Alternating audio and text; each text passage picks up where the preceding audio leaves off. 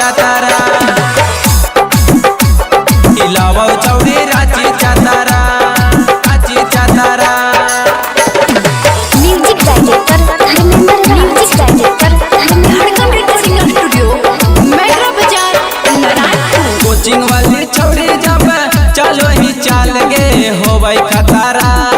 Coaching वाली छौड़ी जब चलो ही चाल गे होबै खतारा आगे होबै खतारा। तोर कने के झुमुकावा हिलावै छौड़ी रांची चातारा।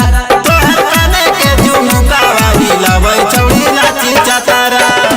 देखिए के तोहरा के लइकन सब अपना देखाबै पतारा। देखिए के तोहरा के लइकन सब अपना देखाबै पतारा। हाँ देखाबै पतारा। तोहर कने के झुमुकावा हिलावो छौड़ी रांची चातारा। तोहर कने के झुमुकावा हिलावो छौड़ी रांची चातारा। तोहर कने के झुमुकावा हिलावो छौड़ी रांची चातारा। तोहर कने के झुमुकावा हिलावो छौड़ी Ranchi Chatra. Music director Dharmendra, music director Dharmendra.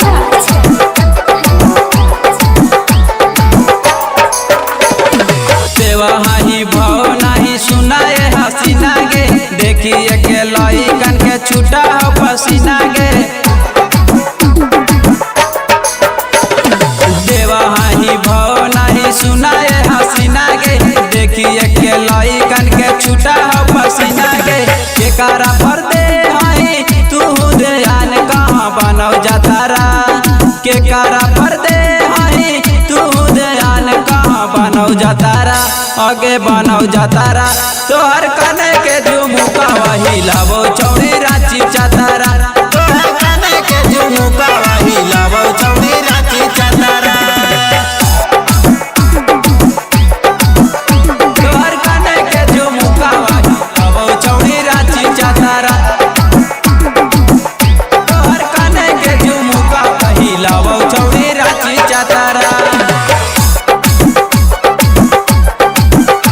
Jharkhand recording studio metro बाजार Narayanpur. Music director Dharmendra, music director Dharmendra. चाही बगला से आब बड़ी फील गे। जियल छौड़ी हमारा त भेलै मुश्किल गे।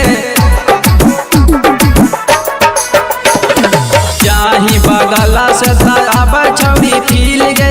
जियल छौड़ी हमारा त भेलै मुश्किल गे। चना दीप चना चना गिना तो करले हकवा सारा।